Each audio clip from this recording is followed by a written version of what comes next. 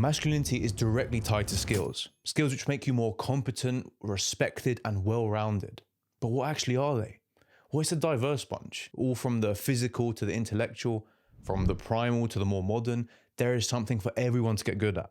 I'll explain why each one is so important, some of the steps that I've taken to improve on them, as well as the many mistakes, and some of the anthropology and history and philosophy behind each one. One of the most base, fundamental defining traits of man is strength. It's not some construct, it's not arbitrary, it's rooted in the physical being. You could almost call it a masculine monopoly. Strength is the ability to exert one's will over oneself, over nature, and over other people. Strength is the power to move and resist being moved. In its most primal sense, it's what you need for self-determination. It's what you need to do what you want, to get your way, and to resist the will of others, and ultimately to be free. Now, I don't believe in the whole might makes right way of thinking, but what's true is that might makes. No matter who you are, no matter what your ideology or what you stand for, you need something to back it up, some form of power or strength. Now, it's obviously less important in the modern world because we're not fighting each other, we're not doing manual labor for the most part. And to live, we just sit at our desk and do some, pencil pushing bullshit job. But still, being strong gives you this basic competency. You can assert yourself, you can deter people with bad intentions, and you can just be generally useful. You can lift, you can jump, you can climb, you can run, you can do all of these things which sometimes you have to do. But look, men aren't just ogres. We're not just here to use brute force. And so strength has evolved to mean emotional strength and moral strength. These things are less exclusive to men and they're more, you could say, relevant in today's world. Emotional strength is the ability to cope with an inner struggle rather than letting it eat you alive. You can sort of understand what you're experiencing and bounce back from it. You can be resilient and you can push forward without letting it just completely destroy you from within. Life is suffering and these problems are inevitable. And without emotional strength, they will just crush you every time. And in fact, you become a liability because at some point you're going to be a leader for someone, whether it's your kid, your wife, or community. And sometimes you need to be a rock for them. You need to have that emotional stability so that others can rely on you and see you as a source of peace in that chaotic storm. It's why it's so hard to maybe see your dad cry as a kid, because you think, if he's crying, we're fucked. Like, this is bad. And you see almost your sense of security wither away in that moment. And so you need to have that stability for others, not just for yourself, but for others as well. Part of that involves staying calm in moments of stress or danger. I watch a lot of police body cam. It's great fun. And one of the recurring memes in the comment sections is the screaming woman. So no matter what happens in whatever situation, at whatever level of danger, the rule is there will always be some random woman screaming in the background at the top of her lungs. We get it. Your grandma got shot. Do you have to cause this whole hullabaloo? Okay, I'm kidding, obviously, but it's true. Like, we don't need extra chaos on top of an already chaotic situation.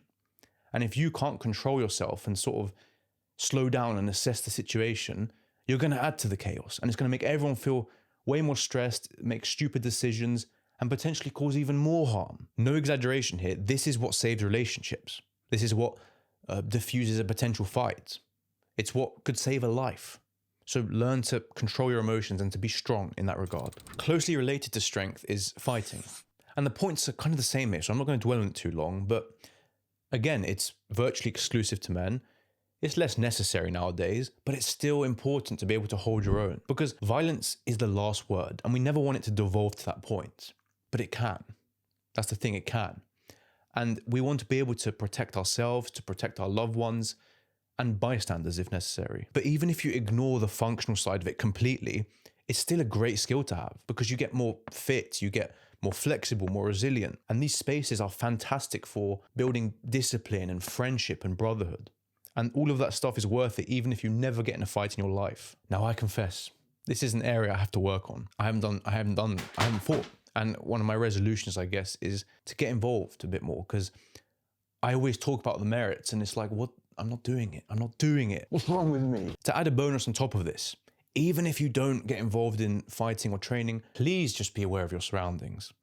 Because every time I go into London, people are almost getting killed by buses or taxis because they have music in and they're not looking. Or they're staring down at their phone and They're just oblivious to what's going on around them. But I have good news, because even if physical combat isn't your thing, there are still things you can do to sort of scratch that masculine itch and make life a bit more exciting. Instead of literally fighting, you can find so-called simulations of combat. And these are activities that involve competitiveness, conflict, and they give you an outlet for that masculine aggression without actually having to beat people up. Because let's be clear, we have to do this. Aggression is so deeply embedded in the masculine DNA that we need an outlet for this, somehow. Many of our physical adaptations exist just for fighting. Things like upper body strength, stronger facial bones, being taller. And acts of aggression will even fire up the reward center in the brain, making it feel pleasurable, just like food or sex would. When meaningful ways to express that aggression are stripped from us, we turn to fantasy. We turn to video games and to movies and to anything that captures that sort of sense of meaning and conflict that we're missing in our own lives. And it's like some people wonder why men don't enjoy rom-coms. It's not any deep sociological reason. It's just because they're fucking boring. And we want naval supremacy. We want war. We want destruction. We want invasion. We want sieges. That shit's cool. That's what we want. But is that it? Are we supposed to distract ourselves with fantasies until we die? Because that's pretty sad. Well, one partial solution is to, again, find simulations where we can show aggression and competition in a realistic way. But what are these? Well, it's anything where you can be competitive in. Anything where there's a conflict and where there's aggression and where there's the chance to win and to lose and there's stakes. There's team sports, there's competitions of all kind, there's debates, there's political parties. Even things like chess and competitive gaming arguably fall under that category. Now, not all of these are equal. I'm not saying like being a CSGO pro is the same as what our ancestors lived through, but the point is to find some outlet for your aggression, somewhere where you can strive and compete and win and lose and experience something. And as a general rule of thumb, the closer it is to actual fighting, the better. Next up is courage and spiritedness. Modern life is darling. We spend our time in meaningless jobs, we come home fried, and then we just waste the evening away with scrolling or whatever shallow pleasure there is to distract us until the next day. Real adventure is replaced with fantasy. Real thoughts are replaced with e-drama and slop. And real love is replaced with porn and hookups. All of life seems to be finding the next form of escapism, like we're eternally trapped in this bubble of comfort. We're all victims in some sense, but we can't keep living like this. To counter this, we need a sense of spiritedness, what the Greeks may have called thymos, which is passion, courage, ambition, some sort of forward-driving energy that animates us into action. Like all virtue, this is best in moderation. With no spiritedness, you're this timid pushover who does fuck all in life. And with too much, you become impulsive and chaotic. We also need a healthy amount of ego to sort of stand up and assert ourselves, to say what is right, to do what is right, to do what we want, even if it's maybe unpopular or even if there's consequence. Courage and spirit, these are life forces. It's what makes you go from this limp fish that just fucking flops around and goes with the current to something with a spine, something that can stand up and exert its will and do what it wants in the face of consequence or pressure or expectations, all of this crap. For wherever your ambition takes you, you'll also need focus, especially in this age of zapped attention spans. To help me stay productive and locked on task, I have been loving Rise, who are today's sponsor. Rise is a productivity assistant that gives you detailed insights on how you spend your time. And this is the feedback you need to improve your focus patterns. All of this happens in the background automatically. So there's no extra steps for you to worry about and you can just dive straight into work. If I need to lock in for a bit, I use the focus sessions to block all distractions. And I like that it reminds me to take a break as well because it's easy to forget otherwise. There's a huge amount of customization to make the tracking as precise as possible. And all of this happens in a sleek, modern UI, which makes everything super smooth. To try it out yourself, click the link in the description. And if you use code Odysseus, you'll get 25% off of any purchase. And if you need more time to try things out, to get to know it a bit better, that's okay too, because that discount will last up to 3 months after you input the code. So thank you so much to Rise, and I hope you enjoy. Okay, strength and fighting are still important. But unless you're from Birmingham, we don't live in a PvP server anymore. You can't just kill someone because they disagree with you. In the civilized world, speech is the game. Speech is how you navigate hierarchies. It's how you show respect to others. It's how you find success with women. It's how you give some weight to your ideas. And, even below all that high and mighty stuff, it's how you form meaningful relationships. And I say that because I used to be a stuttering autist. I was so bad socially. If you can't speak properly, no one's going to take you seriously. You come across as aimless, a bit of a nervous wreck. And knowing that, it hurts your confidence too. And you just struggle to connect in a way that's smooth and fluid. That applies to writing too, because writing is how you arrange your thoughts and really come to understand what you believe and how you think. It's a process of self-discovery. And if you can, you should learn a new language too, for obvious reasons. It opens you up to other cultures, it lets you connect to people, traveling is more fun, and it just bleeds aura. It's just cool. And finally, some comedy. Learn to make people laugh, learn to be funny, because you will just light up every room. We all love the funny friend, and really that is what makes great memories, the ones we cherish years and decades later. Next up is tools and operation. This is a boomer thing to say, but it's kind of true. Men should be familiar with tools and maintenance and the proper operation of things. If you look at the sectors dominated by men, like manufacture, construction, agriculture, they really boil down to make sure shit works. And this isn't a sociology essay, but it does capture the essence of masculinity. That means learning how to use tools, how to maintain things, how different systems work, carpentry, mechanics, all of these different things. This matters because of that common thread I keep bringing up. It makes you competent, reliable, self-sufficient, sovereign. You don't have to rely on other people. You can keep things running by yourself, at least largely. And again, this is largely a lost set of skills, which might explain some of that boomer resentment to us Zoomers. And I'm no example either. I don't know what the fuck I'm doing. This is another resolution for me. We lack land, we lack education, we have a throwaway culture and the service economy. We don't really need to learn anything anymore. And it's a shame because we lose all these valuable skills. So maybe this year we can learn to maintain shit, learn how stuff works, practice, find opportunities in the house or with your car to train these skills and to understand how the world moves. Actively look for things to fix and to tinker with. Ask your dad, use YouTube tutorials. That's what everyone else is doing, right? So look for these things. I also recommend, I haven't done this in ages, but I also recommend volunteering. I remember doing a volunteering for some park management group up in Hertfordshire. And together we built a walkway in a park. And that, let me use a bunch of tools I've never used before. It let me learn new techniques, all for free. I didn't have to buy any of this. And it was just good to get out there and learn something new with the help of more experienced people. So see if you can do that. We have time traveled. Next up is history and politics. And I love this one. But let's backtrack for a second because a lot of people say, I'm not into politics. They just don't really engage with that. Now, a lot of these people are lying. They just don't want to talk about it with you maybe. But some of them are genuine. Some of them genuinely don't give a fuck about what's going on. And you know what? I was like that too. I didn't pay attention. I thought it was overwhelming. I didn't know what was going on. I couldn't understand these systems. I had no knowledge of history. And I was just afraid to get started. And listen, I get it. I get why people don't want to engage. It's a messy world. Stuff is changing all the time. There's new developments. But regardless, staying out of politics, big mistake. And really, it's impossible. Because whether you like it or not, politics is going to invite itself in your door and it's going to become part of your life. It governs everything in your life. It's why you might struggle to pay rent. It's why you might feel like you're losing your nation. It's why you have and lack certain civil liberties.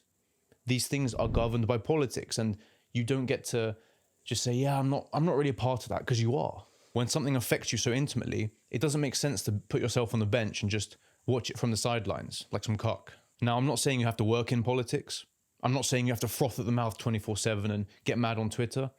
I'm not saying you have to worry about things beyond your control. But what I am saying is that you at least keep an eye on the current. You pay attention, you read things, you try and form some beliefs through logic and reasoning and through an understanding of how things work in society. Now, obviously, this helps you make good decisions, but beyond that, it gives you a moral and, I guess, political backbone. You're no longer this wet fish that is pushed around, that is a bit vacant upstairs, and you don't know what's going on. You're a victim, essentially.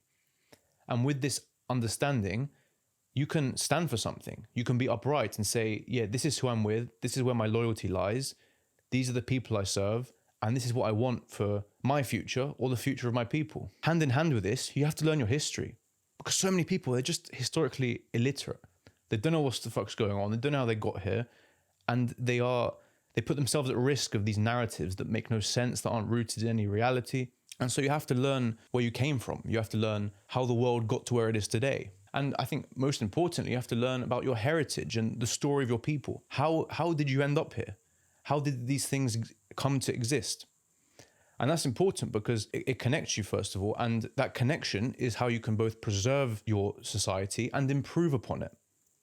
And, I'm not saying to blindly worship the past and LARP as some Roman or whatever. I'm saying that we have to have knowledge of the past in order to ground us against the future, which is chaotic, it's uncertain, and the only thing we can rely on for now is what we already know and what we already love. And to be honest, history is cool. And I don't know how you can be a male and not be into history. It's kind of suspect. It's like, what do you do in your spare time? You do your nails or your makeup or whatever. Next up is investing and finance. Quite simply, you have to be building wealth.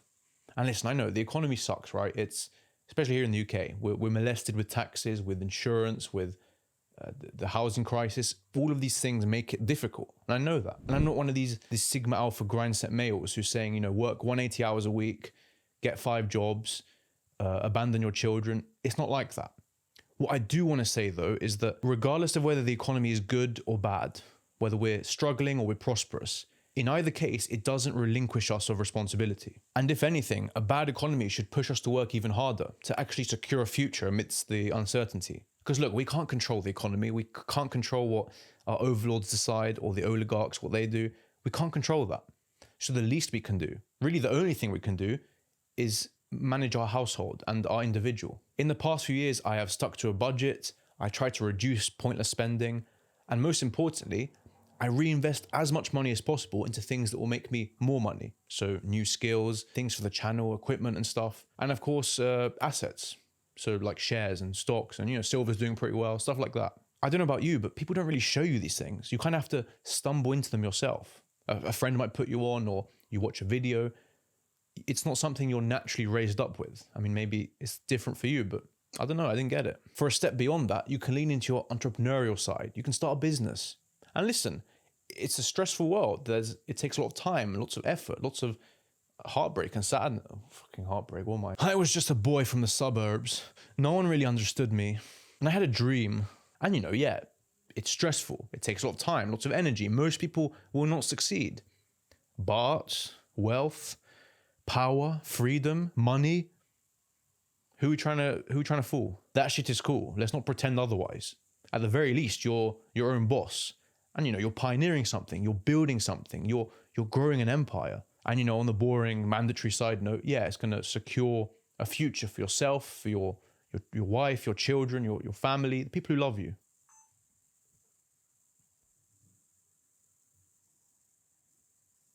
Next up is creative expression. Because humans are storytellers. We've been making art for as long as we've walked the earth. And if even cavemen are doing something, it shows you just how integral it is to humanity, to what being a human is. And equally, men aren't just mindless thugs who exist purely to kill each other and then have sex. Well, not with each other. Ideally, we are cultured thugs. We're strong, we're courageous, we're capable of violence, but we're also rounded out by art, by ethics, by culture, by music, by artistic taste. After all, art is what makes our cities look the way they do. It's what's behind our media, which we consume every single day. And what is that but a reflection of society, of our peoplehood, of our culture and identity and inheritance? But it's also good for you because it's a chance to pause and to turn inwards. When you make art, you can contemplate, you can explore your own consciousness, you can learn who you are. And then you can pour that out into the world and actually make a difference. Art is meditation, art is beautiful, and it's how you make your mark in the world. So make something. Next up, we have cooking. And listen, I love my utilitarian struggle meals. Just give me nutrition, bruv. I want my slop, my gruel, my nutrition paste. It's got the macros, it's got the micros. I'll live, it's fine. Problem is, that only works if you're a young bachelor. Because at some point in your life, you're gonna have to learn to cook. When you have a wife, a girlfriend, kids, when you're serving in-laws or guests, you can't serve them bullshit. You have to actually cook something. Back in college, when I had some free evenings, I looked up some recipes, I bought a nice knife, I practiced some basic techniques.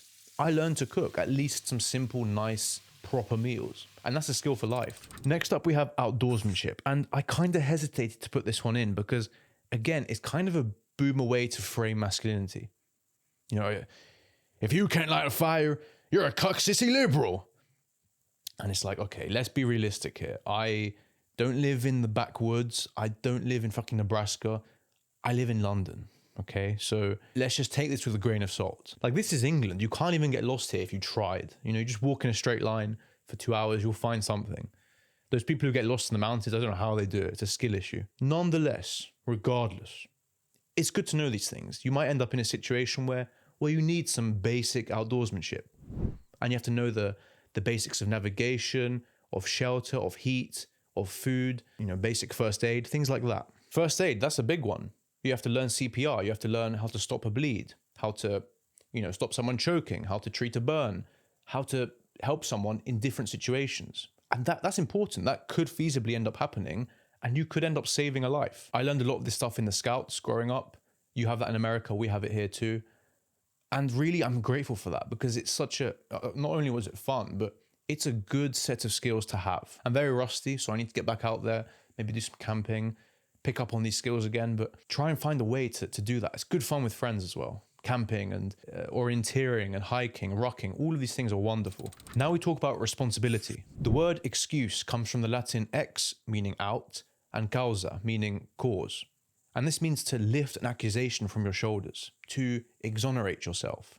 But beyond the legal sense of the word, it also means to release yourself from duty or obligation. And that's what I want to focus on. To be a man is to bear responsibility, to carry your own burden, and to actually step in the arena rather than freeing yourself of all these obligations. To make excuses is to infantilize yourself. It's saying that someone else will take care of it, or I can be dependent on someone else for something. And you know, I get it. It's tempting because life is difficult. You know it, I know it, and it's hard to stay responsible. We'll always be tired, afraid, stressed. These things will follow us forever. But we cannot let that really as an excuse to give up our responsibility and to retreat away into comfort and dependency. What I'm guilty of is when I find success in one area of life, I tend to neglect something else, as if I've earned it, as if I can give up that responsibility. And that's not the right way to see it. Because I end up looking at myself and saying, man, you fell off. What are you doing? Get back up to it. How many people do you know from school or college who, you know, you check up on them a few years after, see how they're doing, and they just kind of fell off. They let themselves go. And above anything, it's just depressing because we get to that stage without even realizing it. We let ourselves go and we waste our potential. So all that's to say, take responsibility, don't neglect your duty, and keep the bar high for yourself. Don't slip away into this pit of mediocrity. Finally, and to bring it down to earth a bit, we have dress. Now this matters because most men, myself included, we don't really think about clothes. We buy a few as a teenager, as a young man, we land on a few fits, and then we never really evolve it ever again. Now that's whatever, right? Who cares? Yeah, fine. But it kind of turns bad when we start dressing like overgrown toddlers or homeless people. Or you see people dressing up with bin bags. And we've seen it. We've really seen it all. We've seen skinny jeans. We've seen Crocs. We've seen pajamas, labubus, dressing gowns. It's like, what is going on? The way men dress, a lot of it leans to be lazy or sloppy, unkempt, and just not presentable in public. Like, are we serious? Are we as serious people anymore? And listen, I get it. This is an area I've struggled with a lot. Like, I hate clothes shopping. I want to fucking kill myself when I walk in a H&M or a Marks and Spencer's or whatever. I really don't like it. But we need a higher standard for ourselves. We need to present ourselves a bit more. We need to dress properly again. And listen, you don't have to explore too much. You don't have to buy too much. You know, you see me in the same like 5 jumpers in every video because that's all I have. Like I don't have many clothes and I'm fine with that. Nor am I asking you to get into fashion because they don't even dress well, to be honest. They look weird. I don't give a shit about Rick Owens. I don't care about Yoji. I just want to be more confident, stylish, and, you know, give a good impression. Good dress enhances your presence. It gives you a sense of gravitas. And most importantly, it shows that you have respect, not just for yourself, but for the people you meet and interact with. Listen, this doesn't mean wearing a full cut suit 24/7. I'm saying make sure everything fits. Make sure you're dressing for the occasion. Make sure you're not sloppy or casual. Make sure there's some effort in there. to show that you care. I'm a bit autistic in this sense because I buy, a few jumpers, a few chinos, and I wear them every day. It's like my uniform. Got like 4 outfits, right? And more recently, I bought a nice brown suit from Suit Supply. It's nice, wide leg, high rise, and I can dress that up or down. It's versatile, it's elevated. I feel good. I feel good about myself in it. And it's London, everyone's dressing well. I have to kind of match that, Also for men, I recommend a good overcoat, a proper full length overcoat with gravitas, with a silhouette, with aura. Because we just have to can we leave the puffer coats behind? They look retarded and childish. Like they're a lost cause. We have to let them go. So get yourself a nice overcoat. It's good for layering. It keeps you warm. It gives you that silhouette again. Lovely piece.